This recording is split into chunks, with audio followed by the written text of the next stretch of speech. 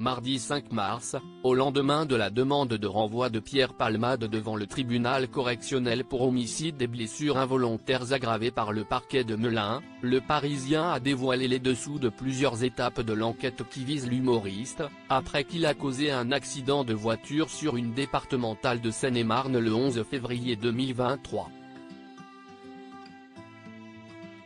Parmi elles se trouve celle de l'interrogatoire du comédien de 55 ans.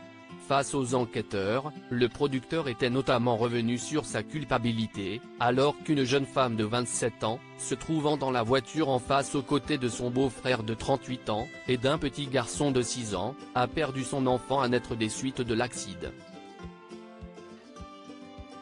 Contrit, Pierre Palmade avait déclaré être responsable de la mort d'un enfant.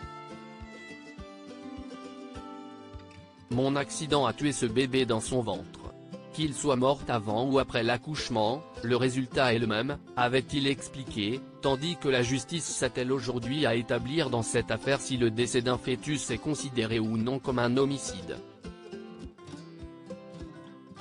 Martelant que la mort de l'enfant à naître était de sa faute, Pierre Palmade avait promis aux forces de l'ordre d'éradiquer les substances illicites, auxquelles il a été dépendant durant plusieurs décennies, de sa vie. Pour rappel, l'ancienne amie de Muriel Robin avait pris le volant avec 2 amis, après 2 jours de chemsex, qui consiste à combiner une prise de drogue dure à une activité sexuelle intense. Un mal-être, source d'une descente aux enfers. Dans son article, le journal francilien a également dévoilé le témoignage fourni par plusieurs proches de Pierre Palmade.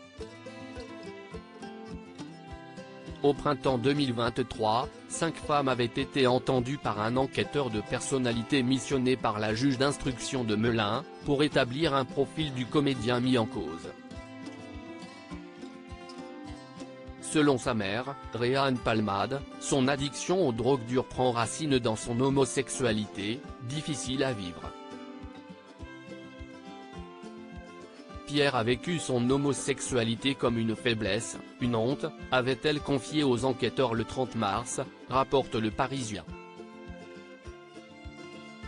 Un triste constat partagé par Claudine Errade, le lendemain, la prise de stupéfiants lui a permis de mieux gérer son mal-être.